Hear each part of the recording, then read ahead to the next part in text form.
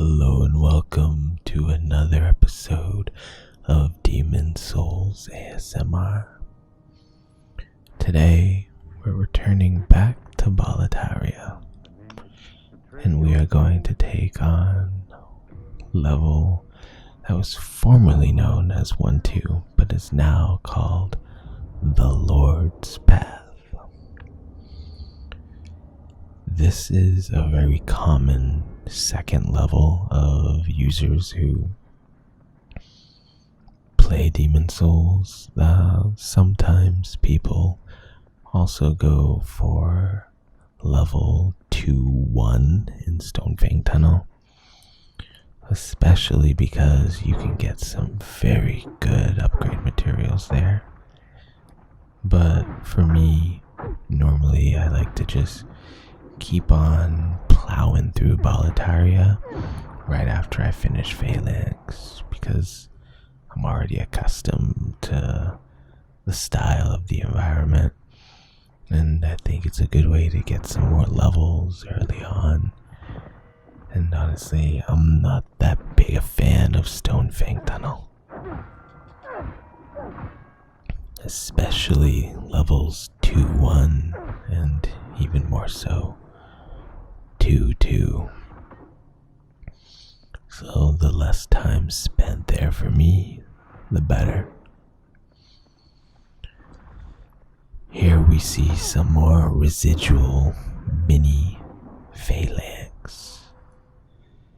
And it's kind of like a gradient to the level.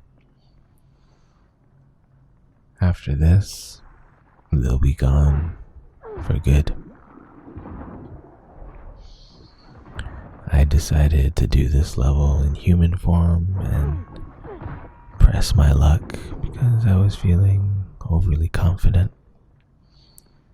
We'll see how that pans out for us. Again, fenced in by enemies. Could you assist me one last time? Clear out the soldiers blocking this passage if it please you.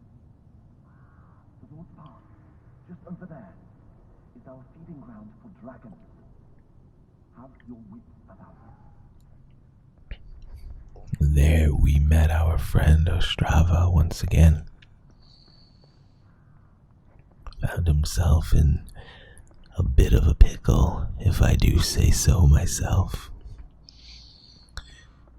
I feel like Ostrava is an interesting character, like this hybrid of Solaire, Sigmire, and maybe even a bit of Oscar. Nevertheless, we will rescue him and continue his quest line.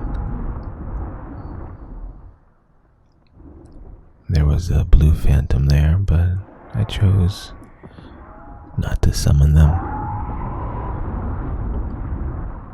Decided I wanted to play through this at my own relaxing pace. And that's what I'm trying to prove with this series. Demon Souls, or any game for that matter, doesn't have to be stressful. Because even when we do bad, we learn. And learning is one of the greatest gifts possible. Up here is a good perch for users to actually pick off this dragon if they want to spend about, 150 to 200 arrows. This tower, as well as the one behind it, both get the job done. Right now we're heading down below the Lord's Path, however, in an attempt to rescue our sad and green friend Ostrava, who doesn't know any better. this level, for the most part, is pretty straightforward. It's quite a bit shorter than Boletaria 1-1. There are a few tricky little ambushes, however. It's easy to get overwhelmed here with the archers. And there's also a dog ambush up ahead, which can be particularly nasty for low levels. It's also not much fun being down in this small corridor with such a wide swinging weapon that loves to get stuck on the walls. Thank you. That's twice now. Time to forge ahead. This is a token of my gratitude. Please accept it.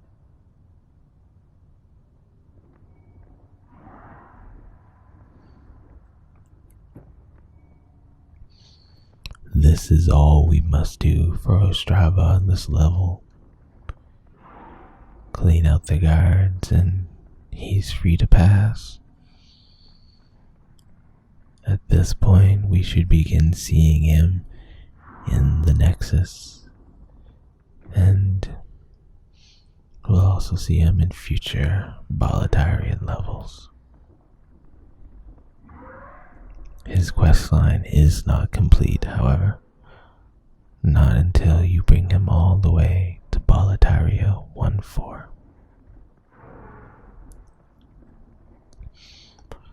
What I did there was unequip my cling ring because it's quite unnecessary when you are a human. But I don't have very many rings to choose from, so I opted to put the Providential ring back on. Possibly increase my item discovery. At least, I think that's the ring I chose.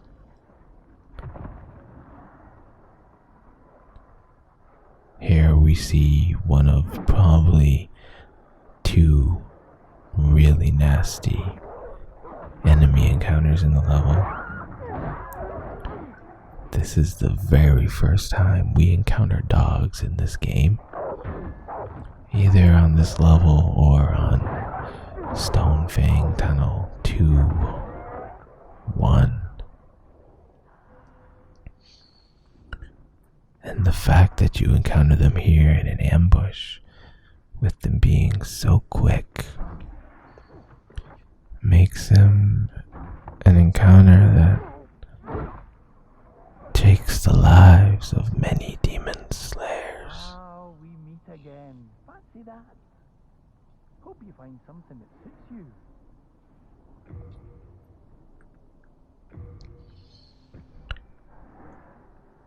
Here we see the merchant from 1-1, and for the most part his wares remain the same.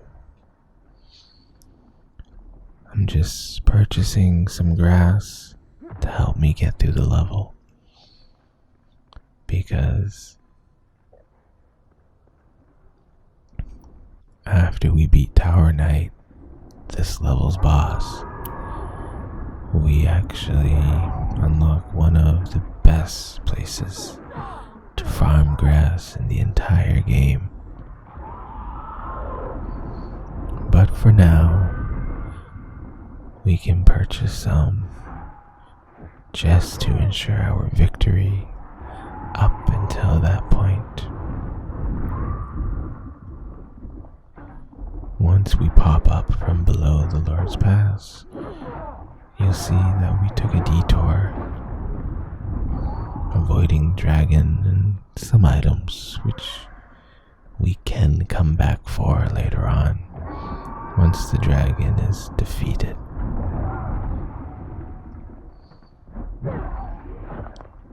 Through this fog gate, and we are quite far through the level indeed. All we have to do is ensure the timing, and we are almost home free for the boss. This next section is also particularly nasty, however. There is not much room for you to stand, which is safe, and it is very easily to trigger this blue-eyed knight. Hiding by the cart is your best bet, but sometimes the knight gets triggered regardless. We did pretty good there, though. Now, only a few more enemies stand in our way.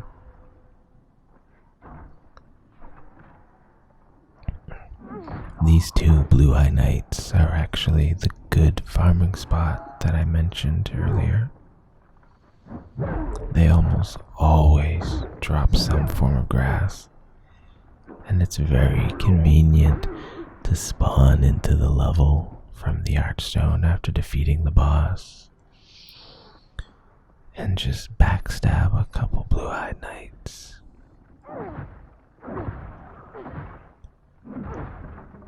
Snatch the jewels off the lizard's back, and up above we find a couple more archer enemies and a couple more items.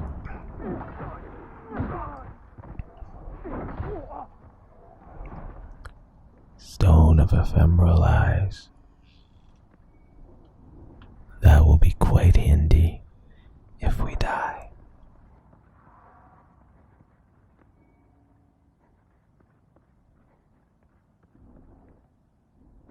And just like that, all the enemies have been cleared out, and we have been granted safe passage to the boss.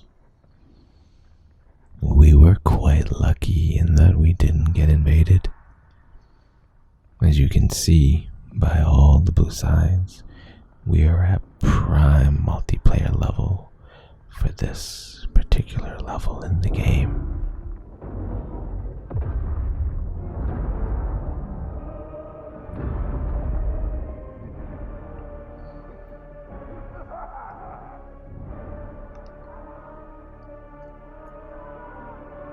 Some people are not pleased with the redesign of the Fat Official. For me, I don't really mind either way. What I do love, however, is the sound of this boss fight. Magic has been made to feel so powerful in this remake.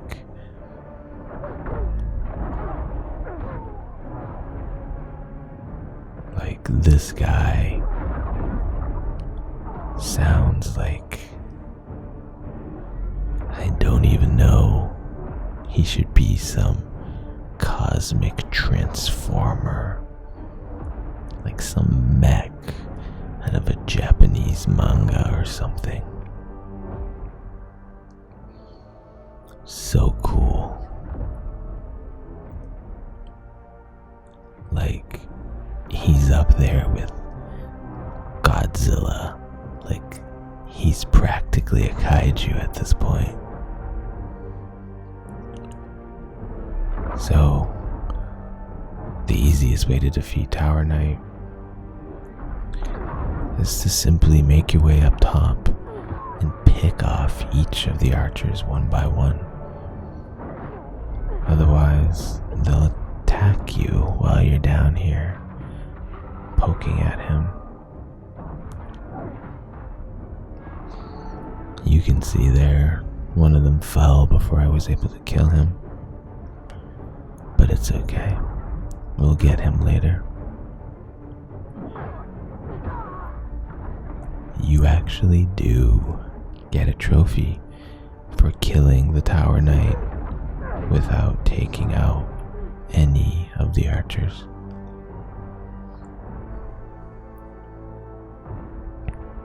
For some reason, I was playing a bit poorly here. For some reason, my character kept queuing up a roll when I was facing the edge and I kept rolling off. Wasn't my intention, but somehow it happened multiple times. Now that all the archers are gone, we're free to poke away at these ankles. We'd be wise to try to get away from that wall though, as we simply cannot escape his AoE from this point. It was here I began to worry a bit that perhaps maybe I might fail my mission. But alas, I held strong. I did not waver. In the original Demon Souls, it was actually quite convenient for magic users to simply shoot his head from up top where the archers were, and I think you could do it with arrows as well. But for some reason, in this fight, in the remake, it's not possible anymore. Such a sad place for him to fall. Almost completely inaccessible. Maybe 2 more knockdowns. But as I was saying, one of the things that they did seem to really do in this remake was go out of their way to make sure you can't cheese the bosses the way you used to. In particular, Tower Knight and Maneater, I believe, with the Fog Gate cheese. Adjudicator, you can still cheese. You actually get a trophy for it. And Flame Lurker, some people say he can't be cheesed anymore due to the changes of the environment. But I haven't really tried either way. So we basically have the strat for Tower Knight down pat here. The only thing that's really annoying is how he keeps his back to this wall. And no matter what we do, we just cannot get him. So frustrating. But it's okay. He's so low on health now that we don't even need to hit him in the head anymore. We can just chip away at his ankles. His Achilles heel, if you will. And that's 1-2. Thank you guys for watching. Next time,